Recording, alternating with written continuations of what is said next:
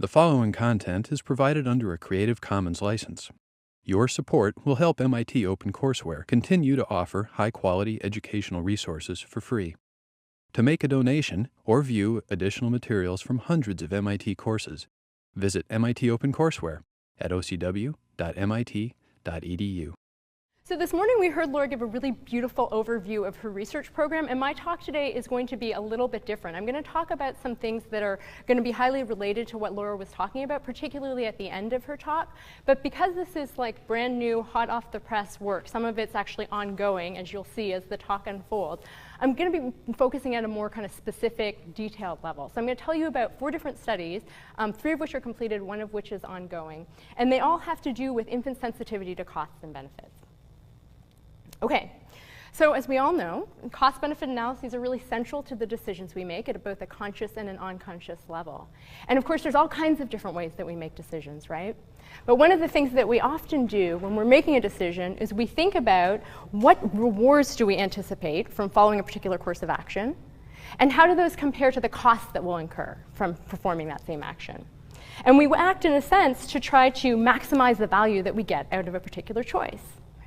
That's true of simple decisions like this, right? This woman deciding what she's going to eat for dessert. And we can also apply these analyses to more complex decisions, like things like where are we going to go to college? What kind of career are we going to pursue? Where are we going to live? Okay. One of the things that we heard from Laura this morning is that cost-benefit analyses don't just apply to our own behavior and our own decision-making. She showed some really neat evidence that these types of analyses form the basis for the inferences that we make about other people and that we make about their behavior. So that raises the very interesting question of the developmental origins of these types of analyses. And that's what I'm going to talk about today, infant sensitivity to costs and benefits. My talk is going to kind of have 2 different parts. In the first part, I'm going to be talking about cases where infants are observing other people. And the question that I'm asking there is, do infants, are they able to register the costs that are behind other people's actions? And then in the second part of my talk, I'm actually going to switch gears, and I'm going to talk about infants' registration and minimization of costs, the registration of benefits, to guide their own behavior, their own decision-making. I'm going to talk about a particular test case, and that's the test case of infants' prosocial behavior. Okay, and I want to be kind of specific here. So across all of these studies, I'm talking about cost in one particular way. Of course, there's all kinds of ways you could operationalize cost.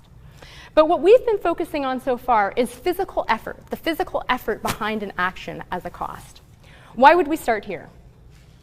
Well, there's several different reasons, right? At a basic kind of evolutionary level, it's really important that we can register and that we can minimize energetic costs, effortful costs, right? Our very survival depends on that. We have to metabolically and energetically budget or we won't stick around, right? So that gives us good reason that that's a good starting place in terms of looking at young infants' ability to register costs and minimize costs potentially. Another reason is that for decades, scholars have really given a central role to effort in decision-making. And this dates back to the 1940s to Hull and Solomon, who postulated the law of least effort. So the idea here is that if there are 2 lines of actions that lead to equal rewards, we're going to take the path of least resistance, right? We're going to seek to minimize effort. And then finally, in more contemporary work that's looked at cost-benefit decision-making both in adults and in non-human animals, a lot of this work comes from the neuroimaging literature, effort has been a fairly heavily studied cost. So this is a good starting place because we have a pretty good understanding of how effort and various benefits or reward are integrated at both a neural and a behavioral level, at least for non-human animals and for human adults. Okay, so the first question we might ask is, what is the existing evidence in terms of the question of whether infants have a basic ability to register costs behind actions? And there's really 2 different ways we could pose this question. We can think about the question with respect to infants' own behavior, their own actions. Is there evidence that infants will act to recognize costs and to minimize costs in their own behavior? The other way that we can ask the question is in terms of infants' observation of other people's behavior. Do they recognize the costs behind other people's actions? Now, surprisingly, there really hasn't been a lot of work that's looked directly at this when we're talking about infants' own behavior, their own decision-making. There is some work from the weight perception literature that's looked at how infants interact with blocks of different weights. And so what people will do in these studies is they'll present little babies, 9-month-old infants, with 2 blocks that look virtually identical. They only differ from one another in terms of their respective weights. And what these studies have shown is if you give infants a choice between these two objects, they'll systematically prefer the light object over the heavy object. So one way to think about these findings is what infants are doing here is exactly what we're interested in. They're minimizing the physical toss, right? They're taking the path of least effort. One challenge, though, for interpreting these findings is oftentimes in these studies, the heavy blocks that are being used are beyond infants' lifting capacity. So what that means is it's hard to know if these results are about infants registering costs per se, or if what we're really getting at is just infants repeating a sort of successful interaction with an object that they've acted on previously. Okay, so Laura talked a little bit about this in her talk today. What about the evidence of registration of costs in other people's actions? And one of the things that Laura mentioned that we know from many, many different studies is that infants appear to expect efficiency in other people's actions. Laura showed you one example of that. I'll show you a different example of that, which comes from actually a study that Liz did with one of her graduate students. So here we see someone who's reaching over a barrier in order to get an object. The barrier is then removed.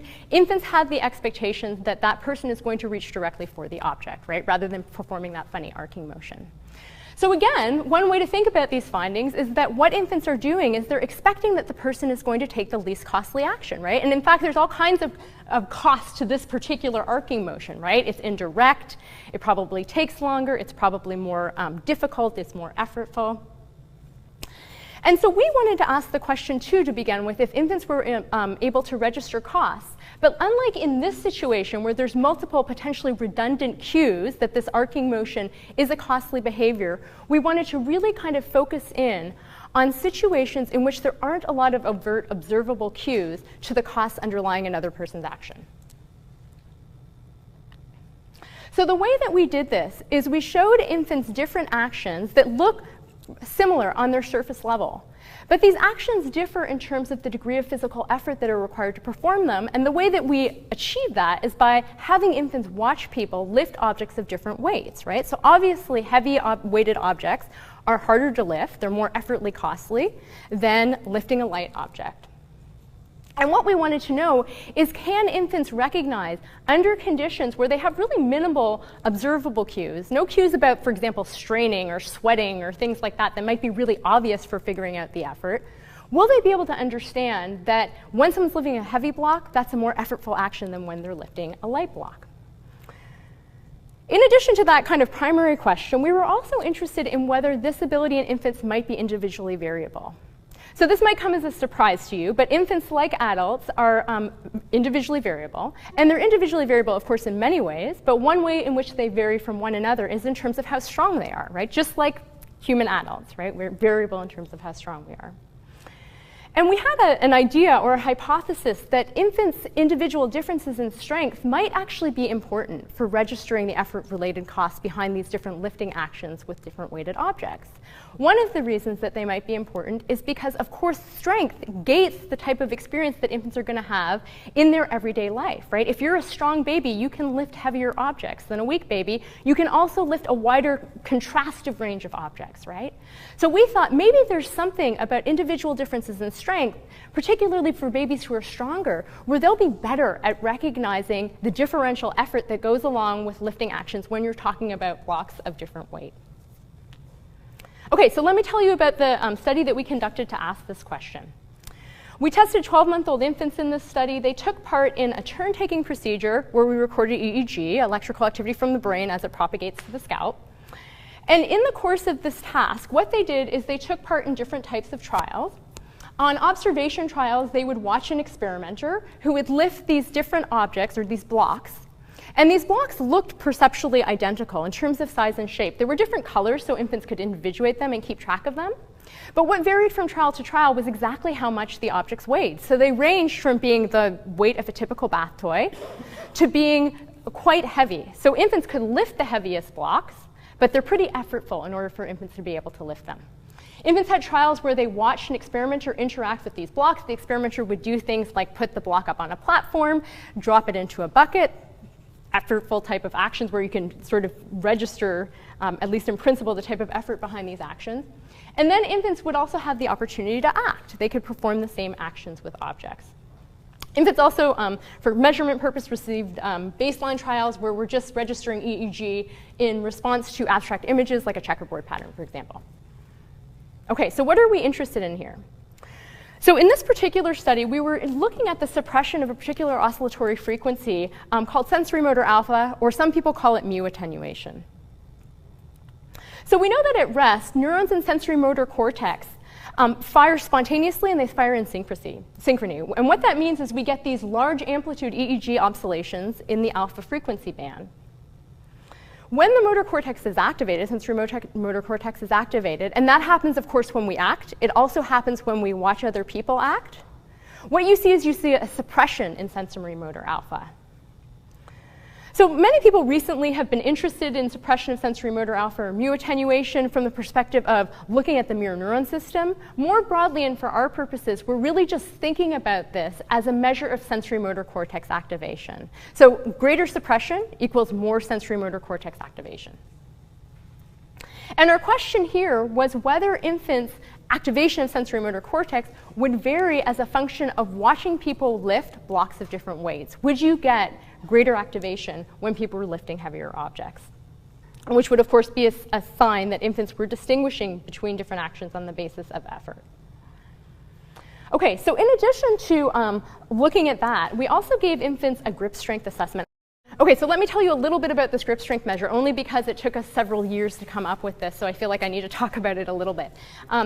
So we wanted to measure infant strength, and the way that we did that is by measuring infant's grip strength. But of course, the challenge here, if you're an adult, right, and you want to measure an adult's grip strength, you just get something called a dynamometer. You have an adult squeeze a bulb or squeeze a hand grip, and then you get this nice force reading from that, right? And that all works very smoothly with adults, but of course, you can't just hand that to an infant and say, squeeze as hard as you can. That doesn't work, obviously.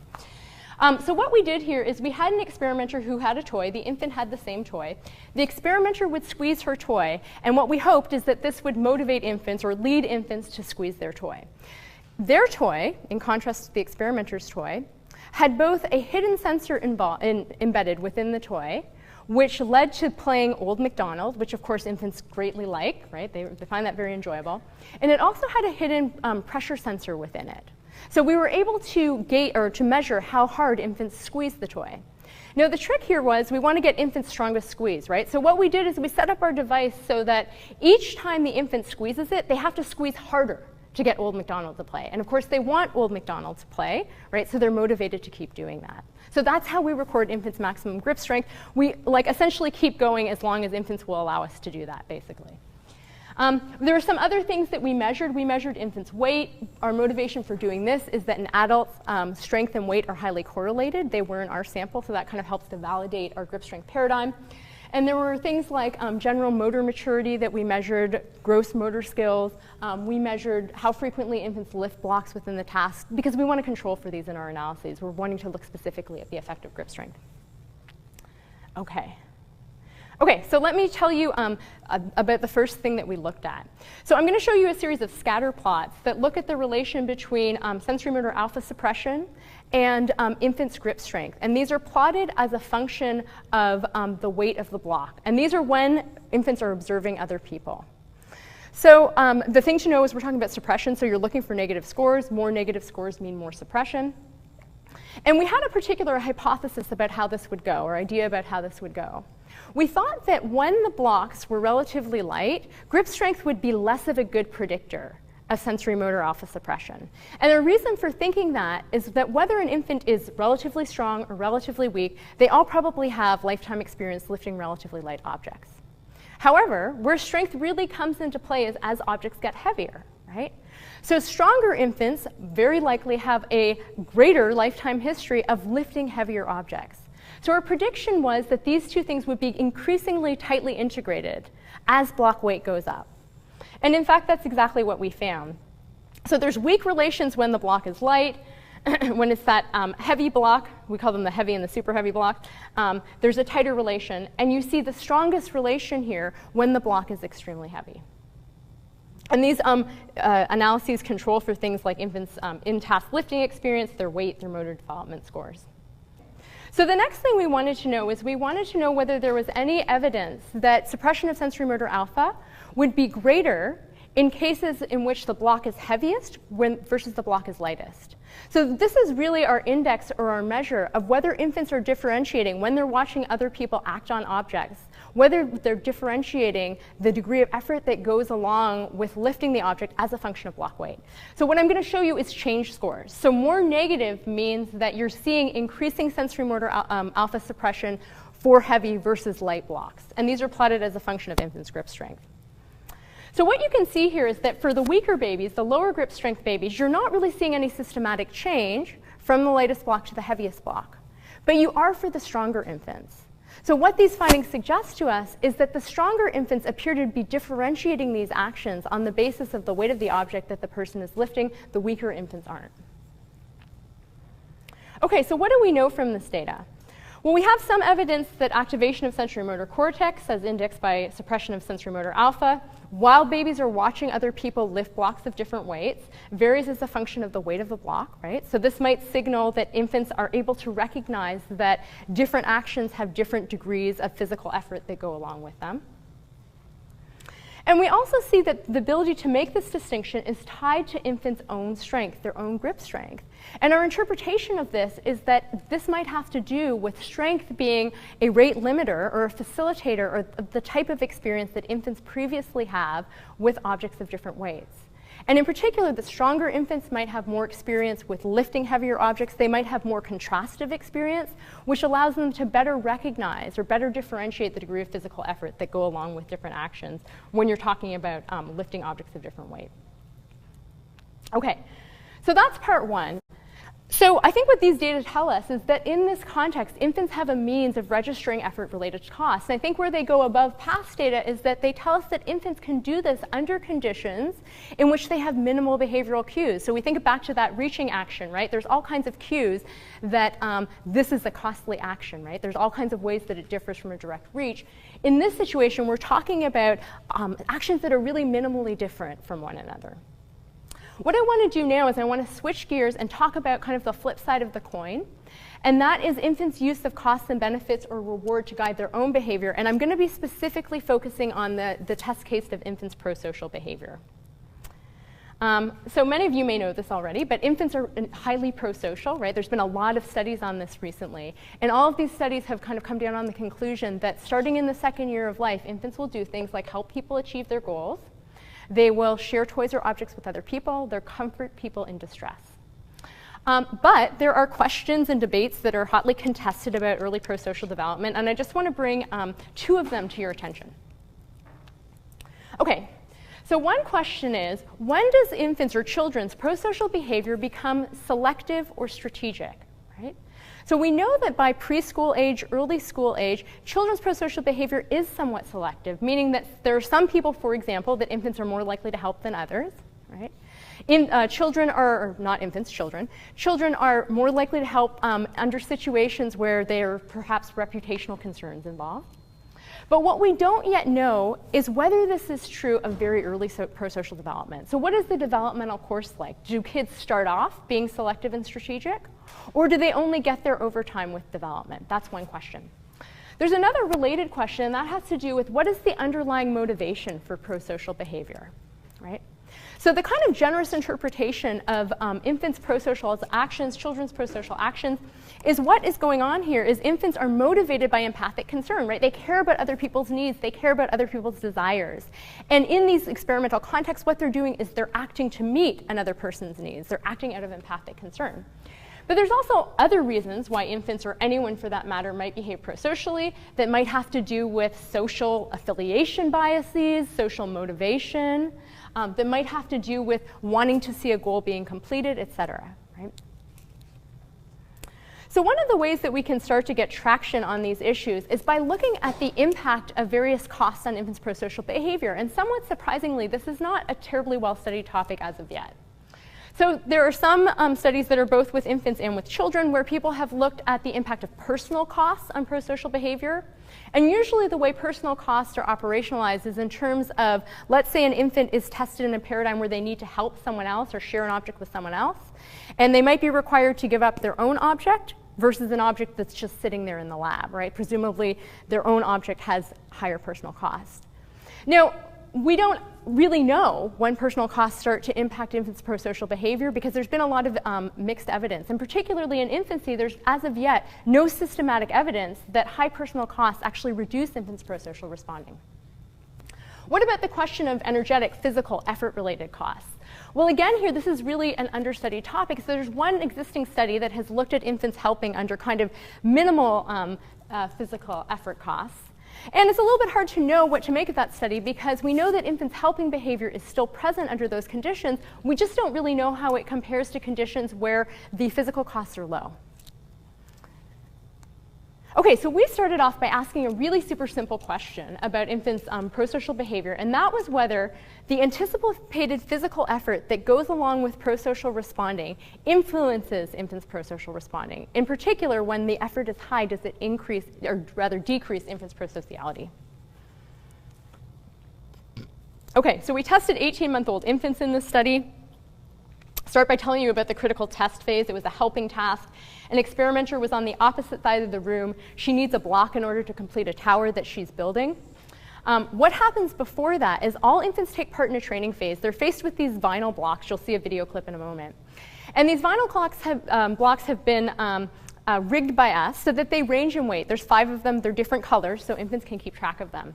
During training, what happens is the experimenter plays a game with an infant where they get them to drop each block into a bucket. Babies like to do that. It makes a cool noise, right? And really, this training phase serves 2 purposes. The first purpose that it serves is we want infants to learn how much each block weighs. The second purpose that it serves is we want to be able to record what is the heaviest block that infants are capable of lifting. In the test phase, as I told you, the experimenter's on the opposite side of the room. She's building a block tower. She needs a block to complete it. There's a single target block available to infants, and what varies between our 2 conditions is the weight of that block. So for half of the babies, the lightest block of the training blocks is left behind. And for the other half of the babies, the heaviest block that infants are capable of lifting has been left behind. So we're contrasting effort here in terms of the weight of the block that infants have to carry across the room to help the experimenter. So we're looking at infants' block retrievals. The other thing that we recorded was a parent report of infants' walking experience. So these are 18-month-old infants. They can all walk. On average, they've been walking for 6 months. So they're all experienced walkers. But there's individual variability in terms of how long they've been walking for. So why was this important? Well, here was our underlying logic. Imagine that you and a friend are going on a hike. You're both equally strong. You can both lift 60 pounds. But your friend is an expert hiker, and you're a novice hiker, right? And you both have to carry a 60-pound backpack up the hill. Well, despite the fact that you might both be equally strong, if you're the novice hiker, that's probably going to be more effortful for you to get that backpack up the hill than it is going to be for your friend or your buddy. So we had a particular prediction that what we would see is a relationship between parent-reported walking experience and infants' likelihood to help the experimenter by carrying the block across the room, and that this would be selective or at least stronger for the high-effort condition. Okay. So let me show you a couple of little video clips here so you can get a flavor of the procedure. This is just showing you the test phase, so it's exerted from the test phase. There's one thing I want to explain a little bit. So you can see up here there's this striped bucket here, and the reason that we have there is because we want the experimenter to be unaware of the target block that is left behind, so they're naive to the infant's condition. It looks like from the infant's perspective that they can see the target block, but they actually can't. They don't know if they're in the high or low effort condition. So this is a baby who's tested in the low effort condition. I'm going to use these blocks to make a tower. These blocks can go here. This block can go here, and this block can go, oh no, I'm missing the block I need to finish my tower. I'm missing my block. Oh, there it is, Joelle, look, the block got left on your blanket. Can you bring me the block so I can finish my tower? Oh.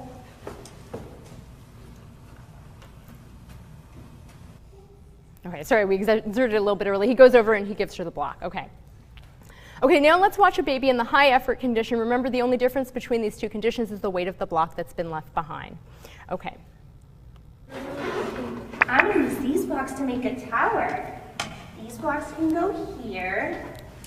This one can go here.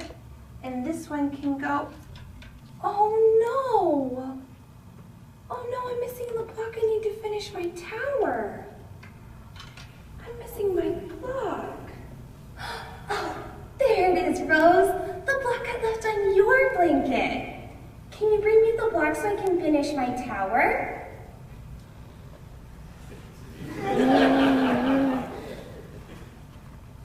Rose, can you bring me the block?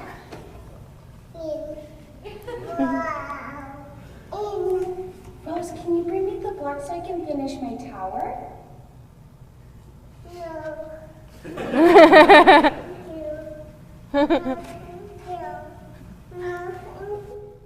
So it was a little hard to hear what she was saying, but if you couldn't hear it, she was saying, no, thank you. So she said, no, no, thank you, no, thank you. Okay. So that's pretty illustrative of the procedure.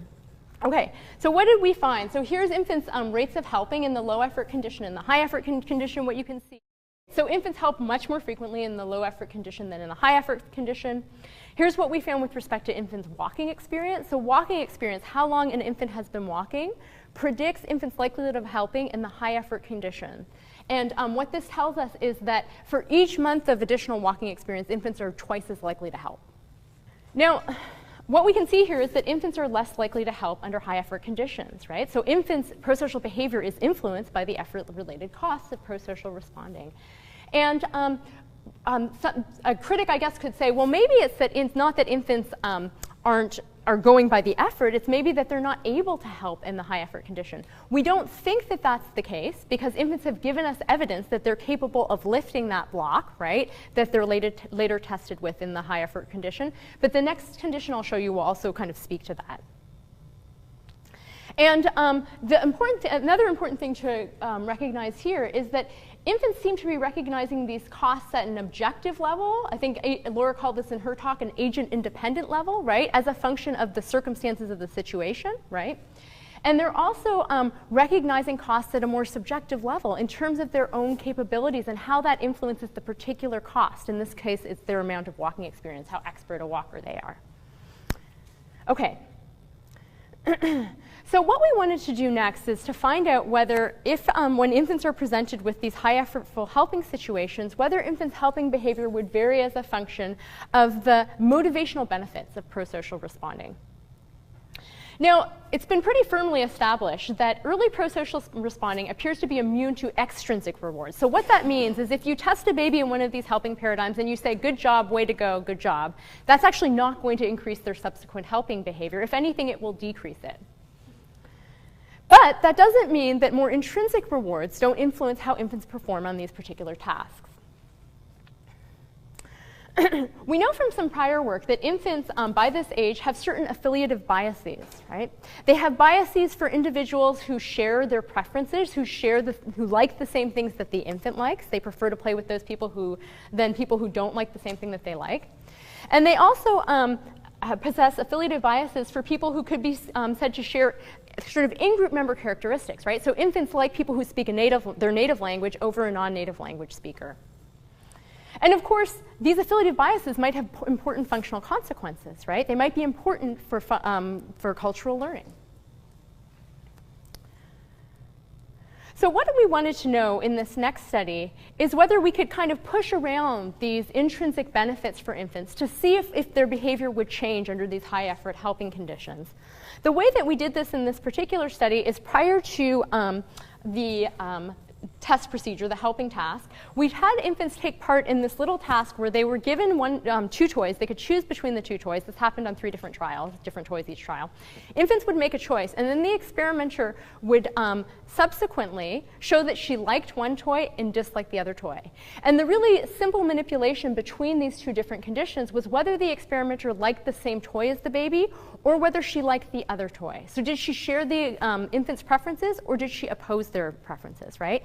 And we would think in terms of the data on infants' affiliative biases that they would prefer to interact with someone who shares their preferences. Infants took part in the same helping task as they did in the first experiment. To streamline the procedure, we used the median block weight that infants had been capable of lifting in the first study. The other thing that we did is we added a post-test phase. So we excluded any infants who were not capable in the post-test of lifting the target block or a heavier block, right? So we know for all of these infants in the sample that they can lift the block. The question is, do they help the experimenter? Okay, so we again looked at infants' helping behavior. We looked at their walking experience. The other thing that we did in the study is we looked at infants helping as a function of the response period, whether helping occurred in the rates of helping in the first half of the response period versus the rates of helping overall in the response period. And our motivation for doing this is that we thought that if there are differences in the degree of motivation to help, you might see early differences in the response period, right? So early on, infants might differentiate across the conditions, but these might attenuate over time. One thing I forgot to mention is that in the course of the response period, infants receive prompts at certain intervals in order to say, can you get me the block, right? So the question is, with these prompts, will any early differences that we see attenuate over time? Okay, so here's what we can see. This is the first half of the response period. Infants in the shared preference condition are significantly more likely to help the experimenter than infants in the non-shared preference condition, right? So when there are intrinsic rewards associated with engaging in high-effort behavior, infants are more likely to help the experimenter. The other thing that we saw is that infants' walking experience significantly predicts helping behavior in the non-shared preference condition. So when the motivational benefits are low, these subjective costs seem to exert a stronger role, have a stronger predictive value than when the motivational motivational benefits are high. And then here, this shows you infants' helping behavior, but now as a function of the overall response period. You can see they're still numerically different, but they start to come together, right? So the differences are really driven by what's happening early in the response period. Okay, so these findings suggest that infants' willingness to engage in high-cost helping is motivated or affected by intrinsic motivational factors. Infants are more likely to carry a heavy block to help someone who shares their preference. One thing I want to point out here is that these findings help us sort of interpret what's going on in the first experiment, right? If the first experiment was explained by the fact that it's a lack of ability versus a lack of effort, we shouldn't get these findings, right? Because the effort is equivalent across these two conditions here, and what simply varies are the kind of motivational benefits. Okay. So now I want to tell you about a study that we're just in the middle of conducting. I think it's really exciting and interesting. I'd be curious to get your thoughts. So we're literally mid-data collection, but I think I have enough data to tell you what's going on so far. So now we're trying to expand the scope of benefits that we're looking at, right? And as I sort of alluded to earlier, we really don't know as of yet, or we don't know very much about what counts as a cost and a benefit for infants, right? That's something that we actually have to figure out to determine empirically. There's been some recent studies that have shown that 3- and 4-year-olds, perhaps paradoxically, when they're tested in sharing tasks, are more likely to share with a rich recipient than a poor recipient, right? And that is paradoxical in the sense that, of course, the rich recipient has less of a need than the poor recipient, but perhaps unsurprising in the sense that there's something self-serving, right? Like that it might be in your self-interest to affiliate with people who have a lot of resources versus people who have few resources. In our study, what we did is, before infants got the helping task, we demonstrated to them that one individual had more resources than the other individual. So really simple manipulation. What they did is they saw two individuals, they're sitting at a table. They both had these like transparent fishbowl-looking bowls. And on each trial, they have different goods in the fish bowls. So what happens is that one individual always has lots of stuff. Right? On one trial, it's animal crackers. The other trial, it's these cool little balls. The third trial, it's these cool flashing little blingy rings. And the other person has very few. But they both do exactly the same thing during this first phase. What they do is they take turns. We counterbalance everything, of course. They pull out 3 objects one at a time, and they say, hey, baby, look at all my toys. Right? So they're both doing the same thing, exactly the same thing. What differs is the kind of resource context, right? One of them has a lot of stuff, one of them only has 3 things, right? And we do that on repeated trials because we're trying to give babies the impression that generally this person has more stuff than the other person. Okay. So then we test infants in the helping task. This helping task is a little bit different than the one I just told you about because now we're pitting these two experimenters against one another. The experimenters in the helping task have equivalent need. They both, like Miranda was doing earlier, are building this tower, right? They're missing a block. They need a block to complete their tower, right? The only thing that differentiates the experimenters is what happened previously. One person had a lot of stuff. The other person didn't have very much stuff. And the other thing that we're manipulating here is whether the infant has to engage in equally effortful actions to help the two experimenters, or whether helping one of the experimenters is more effortful. And the way that we've operationalized this so far in this study is by varying how long the baby has to walk. So in one case, the person is within a few feet. In the other case, they're across the room. Okay. So let me show you the data first for the equal effort condition. So these are, what this graph shows you is who the baby is helping.